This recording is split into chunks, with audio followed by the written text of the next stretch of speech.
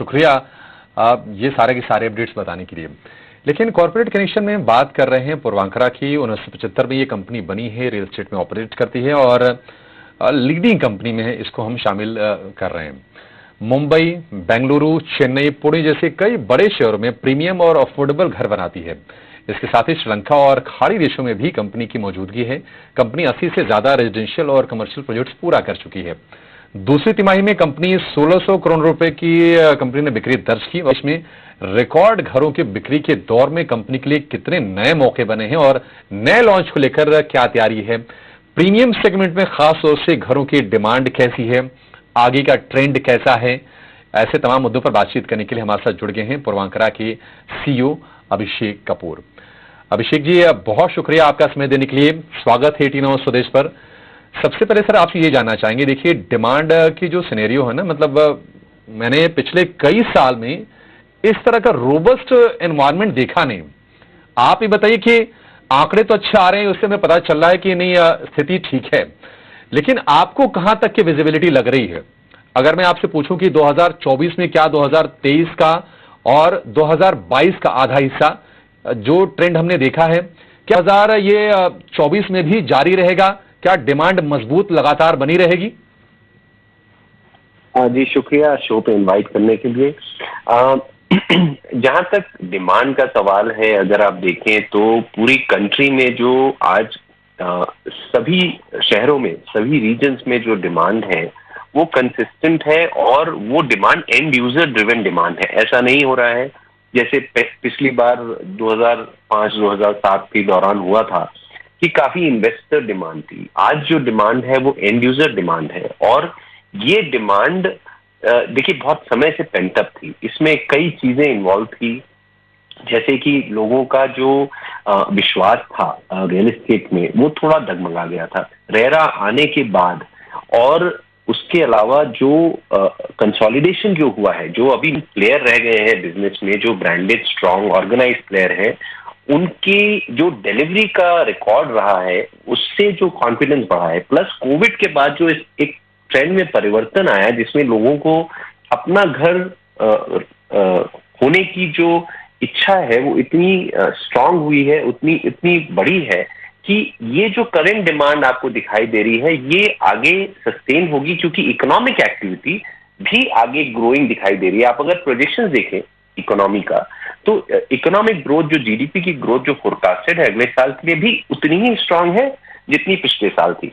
और हम एक ग्लोबल लीडरशिप रोल की तरफ जा रहे हैं जहां प्राइवेट इन्वेस्टमेंट इकोनॉमी में ग्रो होगा। सो जैसे जैसे ये होगा, हमें ये लगता है कि ये डिमांड, हम एक लॉन्ग अप साइकिल में है और इसका जो फायदा है वो कुछ प्लेयर्स को, जो स्ट्रॉन्ग ब्रांडेड प्लेयर्स है जिनका डिलीवरी का स्ट्रॉन्ग, ऑपरेशंस का स्ट्रॉन्ग ट्रैक रिकॉर्ड है, उनको ज्यादा इसका फायदा मिलेगा। अभिषेक जी, दो चीजें हैं। एक तो देखिए क्या है कि अफोर्डेबल वाले पर सरकार का पुश भी था, लेकिन जो चीजें इंडस्ट्री को ताकत दे रही हैं, मजबूत कर रही हैं, वो है जो आप प्रीमियम रियल एस्टेट प्रोजेक्ट जो लॉन्च कर रहे हैं उससे, और कहीं ना कहीं कमर्शियल में भी एक नई रौनक आई है। आप जरा बता पाएंगे, एक बेहतर आइडिया दे पाएंगे कि अभी इन दोनों सेगमेंट में से डिमांड ज्यादा मजबूत कहां पर है? कौन सा खेमा आपके मार्जिन्स को आगे ड्राइव करता रहेगा? जी देखें, आप जो, जैसा मैंने शुरू में कहा, जो डिमांड है वो काफी कंसिस्टेंट है। 45-50 लाख से लेकर के आगे सुपर प्रीमियम, जो बोलते हैं अल्ट्रा प्रीमियम प्रोजेक्ट्स में भी, तो जो डिमांड है वो कंसिस्टेंट है और वो कटिंग अक्रॉस है। क्योंकि एक आप समझें, अगर इंडिया की डेमोग्राफी में एक बहुत फंडामेंटल शिफ्ट हो रहा है, वो शिफ्ट ये हो रहा है कि लोग अपग्रेड कर रहे हैं। तो जो मिडिल क्लास है वो अपर मिडिल क्लास है वो एचएनआई, अल्ट्रा एचएनआई, और इस तरह से जो प्रोग्रेस हो रहा है, जो नंबर ऑफ लोग हैं जो जैसे जैसे ही वो अपने लैडर में अपग्रेड हो रहे हैं, वैसे वैसे ये डिमांड बढ़ रही है। और ये एक्टिविटी जैसे जैसे बढ़ेगी, मुझे लगता है ये कंटिन्यू रहेगा।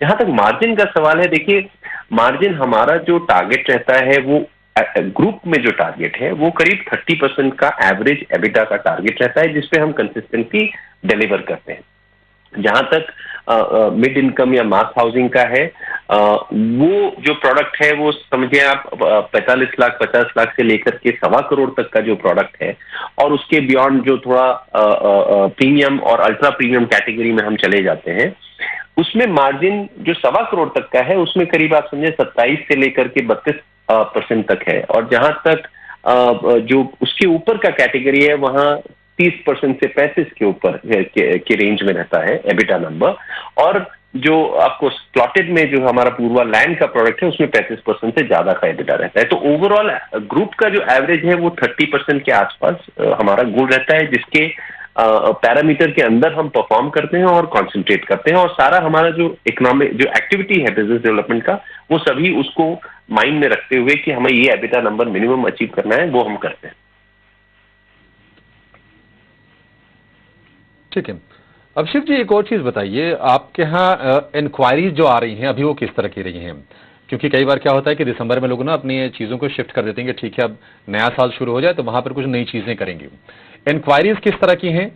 क्योंकि एक जो बड़ी चीज होने जा रही है इस साल में, हम उम्मीद करके चल रहे हैं कि ये रेट कट्स भी आएंगे बैंकों की तरफ से, आरबीआई के लेवल पे आएंगे, फिर वो ट्रांसमिट होंगे बैंकों तक, उसके बाद कंज्यूमर्स को उसका फायदा मिलेगा। तो किस तरह के आप डिमांड की उम्मीद कर रहे हैं, और उस डिमांड के मद्देनजर आपने तैयारी किस तरह की कर रखी है? ये बहुत अच्छा सवाल है। इसमें दो चीजें आपने पूछी। एक तो जो हम डिमांड एक्सपेक्ट कर रहे हैं, वो हम डिमांड एक्सपेक्ट कर रहे हैं कि हम जो है आज 8 शहरों में एक्टिवली डेवलपमेंट कर रहे हैं, जिसमें 2.5 करोड़ स्क्वायर फुट आज अंडर कंस्ट्रक्शन है, जिसमें इस साल के दौरान हम करीब करीब 1.5 crore square foot minimum add कर रहे हैं। वो सभी रेंज, ये सारे प्रोडक्ट जो कैटेगरीज है उसमें मिला करके है, पूर्वांकरा, प्रोविडेंट और पूर्वा लैंड में। और जो हमारा प्लान है आगे चल के, ये तो 15 मिलियन की बात हो गई इस साल की, जो कि हम अभी पिछला 3 महीना और आगे का 3 महीने का रिजल्ट देखेंगे, और उसके आगे का जो हमारा प्लान है, वो प्लान भी इसको नजर रखते हुए बनाया है कि आगे हमको ग्रोथ कैसे करनी है। और जो हमारा एक्विजिशन स्ट्रैटेजी अभी जो हम अक्वायर कर रहे हैं लैंड पार्सल्स, इस पे आज काम हो रहा है, बिजनेस डेवलपमेंट पे काम हो रहा है, वो इसको माइंड में रखते हुए हो रहा है कि हम कहाँ पे, किस ज्योग्राफी में, किस मार्केट में अपने हम डिमांड ट्रैक्शन ज्यादा देख रहे हैं। क्योंकि हमारा बिजनेस है, आप देखें रियल एस्टेट का, वो शहर और शहर के अंदर कई माइक्रो मार्केट में भी चेंज होते हुए नजर आ। तो हम इस तरह से बिजनेस डेवलपमेंट करते हैं, एक्विजिशन करते हैं, जिसमें हमें जहां समझ में आता है जो हमारी बिजनेस स्ट्रैटेजी है और जो स्ट्रेंथ है, अलग अलग ब्रांड्स को लेकर के, अलग अलग प्रोडक्ट कैटेगरीज को लेकर के, हम उसके हिसाब से एक्विजिशन करें। तो हमारा जो एक्विजिशन स्ट्रैटेजी है वो ये रखते हुए है माइंड में कि इस साल अगर हमने 100% ग्रोथ दिखाई है, तो अगले साल हमारा इंटरनल एक टारगेट रहेगा कि हम उसके हिसाब से क्या एक्विजिशन करें आज, जिससे कि हमारा ग्रोथ आगे इस साल को बेस रखते हुए बढ़ता रहे। तो उस प्लानिंग के हिसाब से हमारा मेन आज अगर आप ज्योग्राफी में देखें तो बैंगलोर, चेन्नई, हैदराबाद, पुणे एंड मुंबई में है। एंड बहुत बड़ा फोकस ऑफ कोर्स बॉम्बे और पुणे में है। साउथ तो जहां पे हम हैं बहुत स्ट्रांग है, उसमें हमारा कंटिन्यूड एफर्ट रहेगा कि हम मार्केट शेयर बढ़ाते रहें, लेकिन इन मार्केट्स में ज्यादा कॉन्सेंट्रेशन है एक्विजिशन का। तो आगे चल के ये जो मार्केट्स हैं ये ज्यादा कंट्रीब्यूट करेंगे हमारे प्री सेल्स नंबर्स में, और इसमें आपको ग्रोथ नजर आएगी। ठीक है। तो साउथ में तो डोमिनेंस है, लेकिन बाकी एरियाज में भी, बाकी शहरों में भी कंपनी प्रेजेंस बढ़ा रही है। एक और चीज अभिषेक जी जो आपसे हम जानना चाहेंगे, अगर हम प्री सेल्स के नंबर्स की बात करें पिछले क्वार्टर की, तो वो किस तरह के रहे हैं, और 2024 में कौन से मेजर लॉन्चेस हैं जो आपके सेल्स को, आपके फाइनेंशियल्स को ड्राइव करेंगे? कौन से शहरों में वो होने जा रहे हैं? जी देखिए, जो पिछले 6 महीनों में हमने करीब करीब 100% का ग्रोथ दिखाया है पिछले साल से कंपेयर्ड। हम पिछले क्वार्टर और अगले क्वार्टर में जो प्रोजेक्ट लॉन्च कर रहे हैं, मेजर लॉन्चेस जो हैं हमारे बैंगलोर, चेन्नई, कोयम्बटूर और पूना में होंगे। और आगे चल के हमारे कोची में भी आएगा प्रोजेक्ट, और फर्दर जो हम बॉम्बे में अभी एक्विजिशंस कर रहे हैं, आपने सुना होगा, अगले साल में वो भी आएगा। तो आगे चल के उसके आगे जैसे हम बढ़ेंगे वेस्ट और साउथ में आपको एक वेस्ट का परफॉर्मेंस थोड़ा ज्यादा दिखाई देगा, जो इम्प्रूविंग आपको दिखाई देगा। और जो कॉम्पोजिशन होगा वो हमारा बैलेंस है, एक टारगेट है कि हम जो टोटल अगर हमारा बिजनेस है उसमें से करीब करीब 35% बिजनेस हम पूर्वांचल रेजिडेंशियल से करें, 35% हम प्रोविडेंस से करें, और करीब करीब 20% जो है हम बिजनेस पूर्वा लैंड से करें प्लॉटेड में, और करीब करीब 10% हम कमर्शियल में लाएं। तो उसके हिसाब से जो हमारा कंट्रीब्यूशन प्री सेल्स का और टॉप लाइन जो इवेंचुअली हम जैसे डिलीवर करेंगे और बॉटम लाइन में आपको आगे, लेकिन वो जो है अकाउंटिंग स्टैंडर्ड्स के हिसाब से जब डिलीवरी होगी तब दिखाई देगा, लेकिन प्री सेल्स में आपको ये नंबर दिखाई देने लगेंगे अगले अगले साल के दौरान, कि ये ट्रेंड आपको और स्ट्रॉन्ग होते हुए दिखाई देगा। ठीक है अभिषेक जी, बहुत शुक्रिया आपका समय देने के लिए और हमसे बातचीत करने के लिए, और इंडस्ट्री में क्या कुछ हो रहा है, कंपनी की योजनाएं आगे क्या हैं, इन सभी मुद्दों पर विस्तार से बातचीत करने के लिए और हमारे दर्शकों को भी ये सारे व्यू पॉइंट शेयर करने के लिए। चलिए यहाँ पर एक छोटा सा ब्रेक लेंगे और ब्रेक के बाद आशीष जी हमारे साथ जुड़ गए हैं। आशीष जी से समझेंगे कि पूर्वांचल में कितना दम है। दम तो हमने पिछले साल में देखा है, करीब 125% के आसपास के उछाल शेयर में आए हैं। 2024 में क्या उम्मीद करें ये भी समझेंगे, और कुछ और बड़ी खबरों पर भी हम चर्चा करेंगे एक छोटे से ब्रेक के बाद।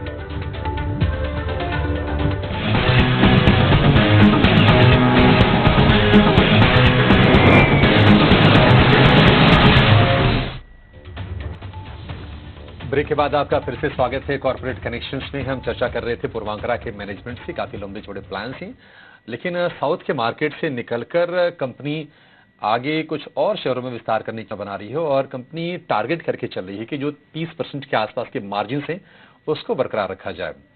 आशीष जी बहुत शुक्रिया आपका समय देने के लिए।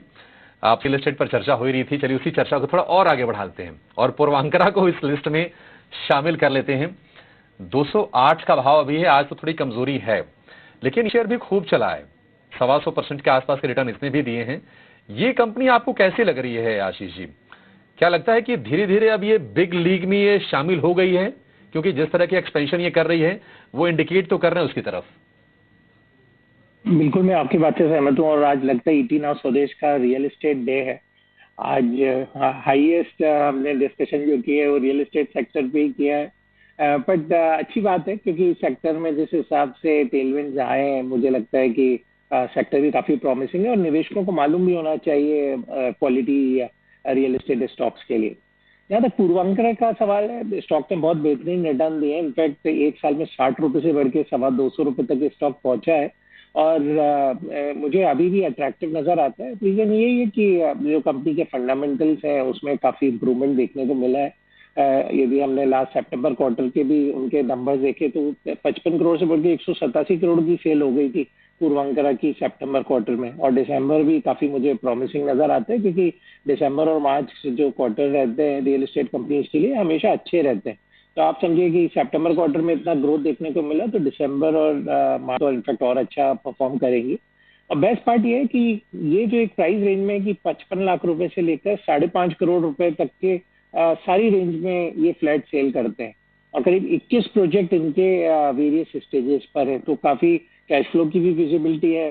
शेयर होल्डिंग पे भी नजर डालें तो 75% शेयर प्रमोटर्स के पास में, करीब 17% इंस्टीट्यूशनल होल्डिंग है, तो सिर्फ 7-8% का एक फ्लोटिंग स्टॉक है। तो मुझे लगता है कि जैसा हमने देखा कि प्रेस्टीज या शोभा भी जिन्होंने डाइवर्सिफाई किया नए मार्केट में, पूर्वांचल भी नए सिटीज में जो फोरे कर रहा है, वो एक पॉजिटिव डेवलपमेंट है। और मेरी स्टॉक पे बाई की सलाह है, 300 रुपए का लक्ष्य एक साल के लिए।